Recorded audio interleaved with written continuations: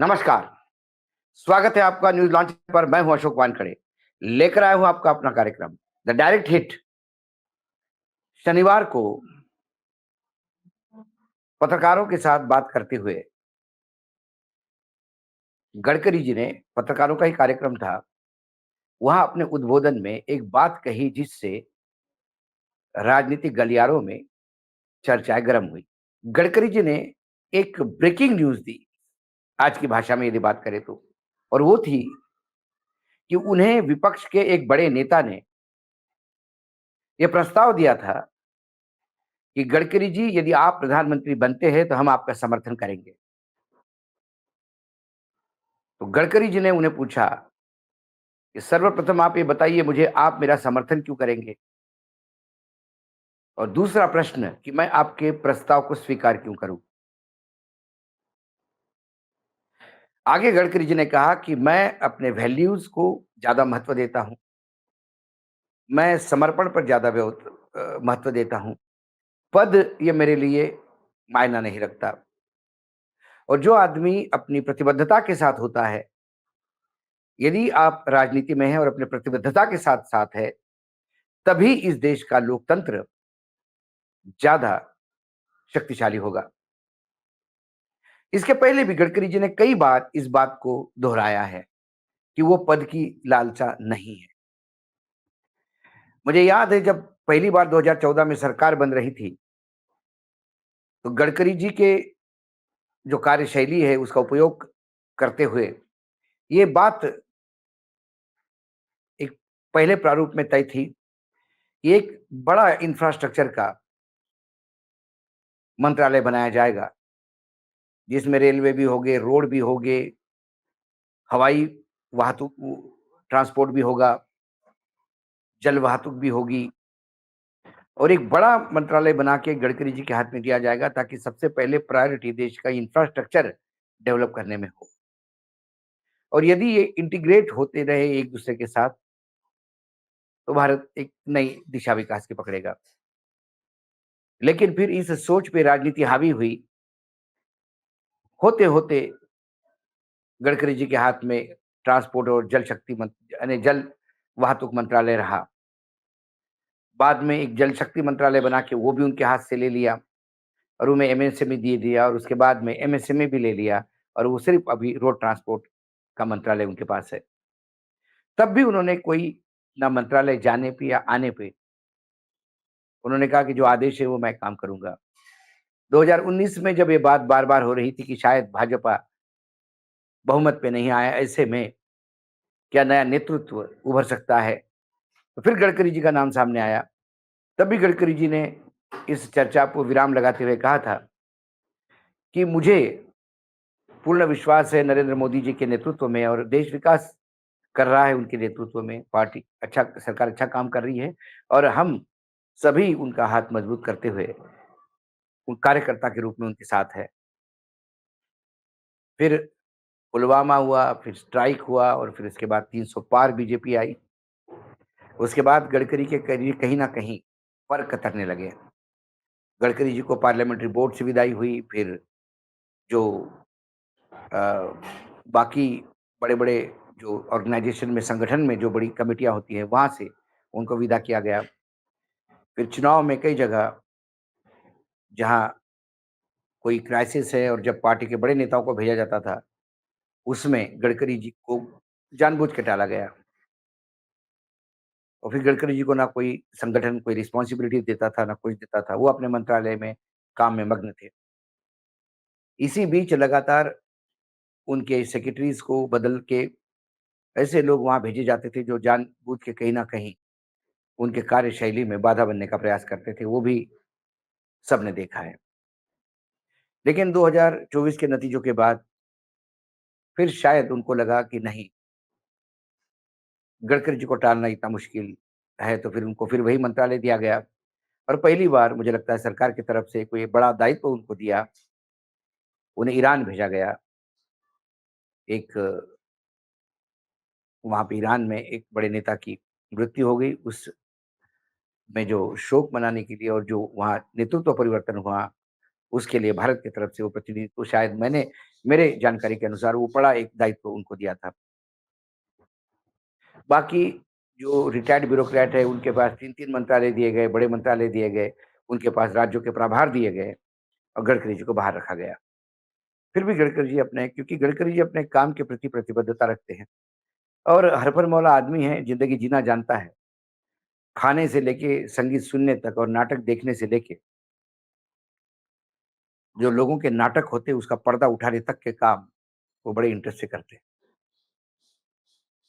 महाराष्ट्र में जो हश्र हुआ बीजेपी का, उसके बाद सबको समझ में आ गया कि महाराष्ट्र का जो वर्तमान नेतृत्व है, उसने बीजेपी की लुटिया डुबाई केंद्र के साथ मिलके क्योंकि केंद्र के नेताओं की अभिलाषाओं को कहीं न कहीं एक पूर्ण विराम लगाना था, जो ये नहीं लगा पाए और केंद्र के नेताओं के हर आदेश का गुलाम समझ के यदि राज्य की इकाई काम करने लगे, तो फिर राज्य का भट्टा बैठ जाता है, जैसा यूपी और महाराष्ट्र में बैठा और बीजेपी 240 पे आई।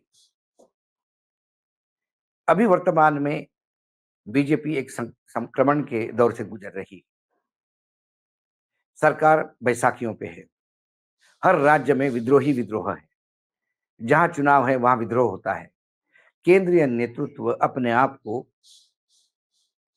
कहीं न कहीं इस बात को दयनीय अवस्था में पाता है कि एक ज़माने में जो उनकी धाक थी, वो नहीं रही। हर जगह आँखें बड़ी की जाती हैं। केंद्रीय नेतृत्व अपने मद में संघ को भी डिसोन कर चुका था। अब वो भी संघ के शरण में है। संघ भी जो 2024 के चुनाव के नतीजों तक डरा और सहमा था, वो भी अब खुल के सामने आया है। भारतीय जनता पार्टी में अध्यक्ष का चुनाव बहुत महत्वपूर्ण है। वर्तमान में जो अध्यक्ष है, उनका एक्सटेंशन का पीरियड भी समाप्त हुआ, वो मंत्री भी बन गए। अब देश की नहीं, विश्व की सबसे बड़ी राजनीतिक दल जो क्लेम करती है भाजपा, उनके पास अध्यक्ष नहीं। ऐसे में अध्यक्ष कौन होगा? क्या इन गुजराती लॉबी का अध्यक्ष होगा या संघ का अध्यक्ष होगा? ये तय करेगा आने वाले समय में बाकी लोगों का भविष्य क्या होगा। यदि गुजरातियों का अध्यक्ष बना, तो फिर बाकी जो नेता संघनिष्ठ है, उनके भविष्य पे प्रश्न चिन्ह लगता है और यदि अध्यक्ष संघ ने अपना बिठाया, तो फिर गुजराती लॉबी पे प्रश्न चिन्ह लगेगा। हू आफ्टर मोदी, इसके बीच में एक बार सर्वे भी अलग-अलग चैनल करवाते हैं, जो गोदी चैनल ही है, लेकिन सर्वे जो आते हैं, उसमें भले ही उन्होंने पहले नंबर पे योगी, दूसरे नंबर पे अमित शाह, लेकिन तीसरा नंबर उन्हें यकीनन गडकरी को देना पड़ा। अब कई लोगों ने गडकरी की इस वक्तव्य के बाद ये जब पूछते हैं कि गडकरी जी को किसने ऑफर दिया होगा? जब गडकरी जी को किसने ऑफर दिया होगा और गडकरी के व्यक्तिगत संबंध के बारे में हम जब सोचने लगते हैं, तो शायद तमिलनाडु के डीएमके, एआईएडीएमके से लेके जम्मू कश्मीर के पीडीपी और नेशनल कॉन्फ्रेंस तक और बंगाल की दीदी से लेके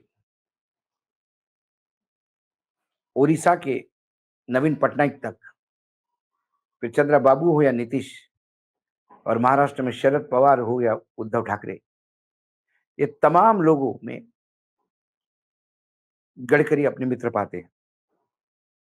गडकरी की व्यक्तिगत संबंध सभी राजनीतिक दलों से बहुत दोस्ताना है, क्योंकि गडकरी कभी भी किसी भी अच्छे काम के लिए मना नहीं करते। गडकरी जी की दूसरी खासियत, वो षड्यंत्रपूर्ण काम नहीं करते। गडकरी की एक खासियत जो है, मुंह पे बोलते, पीठ पीछे बोलना पसंद नहीं करते। यदि कोई रोड किसी की डिमांड हो और नहीं होता होगा, तो मुंह पे बोलेंगे, देखूंगा, करूंगा, सोचूंगा वाली बात उनके यहाँ नहीं होती। तो उनके इस बेबाक वक्तव्य से और अक्रॉस द पार्टी लाइन जो व्यक्तिगत संबंध है, उसके चलते वो इंडिया गठबंधन में भी हॉट फेवरेट है और एनडीए गठबंधन में भी हॉट फेवरेट है। लेकिन सवाल ये है कि क्या ऊपर वैकेंसी है? यदि वैकेंसी होगी, तो उसकी रिक्तता पूर्ण करने के लिए इनसे बड़ा आदमी हो नहीं सकता। महाराष्ट्र की 48 सीटें पीछे खड़ी होगी ये सोच के कि ये मराठी अस्मिता की बात है। सबसे बड़ा विपक्ष जो कांग्रेस है, विपक्षी दल, उनके नेता राहुल गांधी भी कई बार गडकरी जी की तारीफ कर चुके हैं उनके काम की। गडकरी जी के लिए जो सबसे ज्यादा उनकी बुराई चाहने वाले, उनको निपटाने वाले या उनके दुश्मन होंगे, तो वो भाजपा में ही है। पिछले चुनाव नागपुर में ही नागपुर के एक बड़े नेता उनके खिलाफ कैसा षड्यंत्र कर रहे थे, ये पूरे नागपुर वालों ने देखा। नागपुर का बच्चा-बच्चा जानता है कि गडकरी जी को तकलीफ इस बार भाजपा वालों से ही थी। एक लॉबी है जो नहीं चाहते गडकरी आए, उसका कारण यह है कि फिर सबकी दुकानें बंद हो जाती हैं। लोग गडकरी जी को भी दुकानदार बोलते हैं, लेकिन फिर गडकरी जी हमेशा कहते हैं कि मेरा जो किताब है, खुली किताब है। यदि आपको लगता है कुछ हो गया कहीं, तो मैं फेस करने के लिए तैयार हूँ। गडकरी जी के लिए पूर्ति से लेके तमाम मामलों में जिन लोगों ने गडकरी के खिलाफ बयान दिए, प्रदर्शन किए, जब गडकरी जी ने उनके खिलाफ कोर्ट के केसेस किए, तो फिर माफ़ीनामे पे सुलह हुई। अरविंद केजरीवाल उनमें से एक है। लेकिन अरविंद केजरीवाल भी गडकरी को एक अच्छा मित्र मानते हैं। ऐसे में गडकरी का ये वक्तव्य कहीं न कहीं गुजरात लॉबी को हिट तो करता है, क्योंकि उन्होंने बताया कि विरोधी पार्टी के नेता मेरे साथ है। यदि कल ये बात अमुमन हो रही कि यदि बहुत ही एंटी गुजराती लॉबी अध्यक्ष आता है, तो भाजपा में दो फाड़ होती है। ऐसे में क्या वर्तमान नेतृत्व प्रधानमंत्री पद पे बना रहेगा, या फिर जो संघनिष्ठ बीजेपी है, वो यदि गडकरी को आगे करते हैं, तो फिर सारा विपक्ष क्या उनके पीछे लामाबंद होगा? ये एक हिंट है गडकरी के इस वक्तव्य में। दूसरी बात, भाजपा और वामपंथी दल एक दूसरे के कट्टर दुश्मन माने जाते हैं, लेकिन गडकरी ऐसा एक नेतृत्व है जहां वामपंथी दलों के नेताओं के व्यक्तिगत संबंध है। वो आलोचना भी करते हैं तो व्यक्तिगत रूप से सामने बैठ के। कुल मिला के गडकरी का ये कहना कि मुझे ऑफर आई थी लेकिन मैंने मना की, ये हिंट देता है, हिट करता है दिल्ली के नेताओं को कि सनद रहे, ऐसा भी हो सकता है। दूसरी बात, गडकरी जी कहते हैं कि मैं तत्वनिष्ठ हूं, मेरी निष्ठा संघ के प्रति है और संघ का शब्द अंतिम शब्द होगा।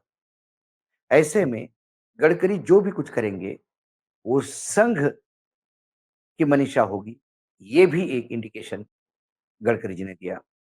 दोनों बातों से हिट जरूर होता है गुजराती लॉबी, वर्तमान नेतृत्व। लेकिन कुछ लोगों का कहना ये भी है कि गडकरी जी ने बड़बोलेपन से कई बार अपने आप को हिट किया, लेकिन फिर वो विदर्भ की व्यक्ति है और विदर्भ का आदमी बड़बोलेपन के लिए जाना जाता है। जो दिल में है वो जबान पे आता है। तो कम से कम ऐसे व्यक्तियों से आप कपट या छल एक्सपेक्ट नहीं कर सकते। लेकिन फिर दिल्ली में राजनीति करनी है तो जो कपट और छल, इन दोनों में महारत भी हासिल करनी होगी। नहीं तो लंबा टाइम सत्ता में कोई बना नहीं रहता, क्योंकि दिल्ली की राजनीति छल और कपट के ही भरोसे चलती है। फिर चाहे एनडीए हो, चाहे इंडिया हो, हमने कई सरकारें आती जाती देखी, कई षड्यंत्र बनते बिगड़ते देखे। तो गडकरी जी को इस बात का भी ख्याल रखना होगा। कुल मिला के गडकरी के इस वक्तव्य ने एक उबाल तो ला दिया, हिट तो हुए हैं, कई लोग हिट हुए हैं। उसमें कुछ उद्योगपति भी हो सकते हैं, उसमें कुछ नेता भी हो सकते हैं, उसमें कुछ संघ के भी लोग हो सकते हैं, उसमें कुछ लॉबिस्ट भी हो सकते हैं, लाइजनर भी हो सकते हैं। लेकिन फिर गडकरी को हिट होने के लिए कुछ बचा नहीं, क्योंकि एक उनके पास मंत्रालय है और ये मंत्रालय रोड मंत्रालय मतलब ट्रांसपोर्ट मिनिस्ट्री, और ये मंत्रालय भी कल मोदी जी ने यदि उनके हाथ से निकाल लिया, तो गडकरी जी पूरे फ्री हो जाएँगे और खुले गडकरी, बंधे गडकरी से ज़्यादा खतरनाक हो सकते हैं। आज इतना ही, कल फिर आऊँगा किसी विषय के साथ, तब तक के लिए नमस्कार। देखते रहिएगा न्यूज़ लॉन्चर।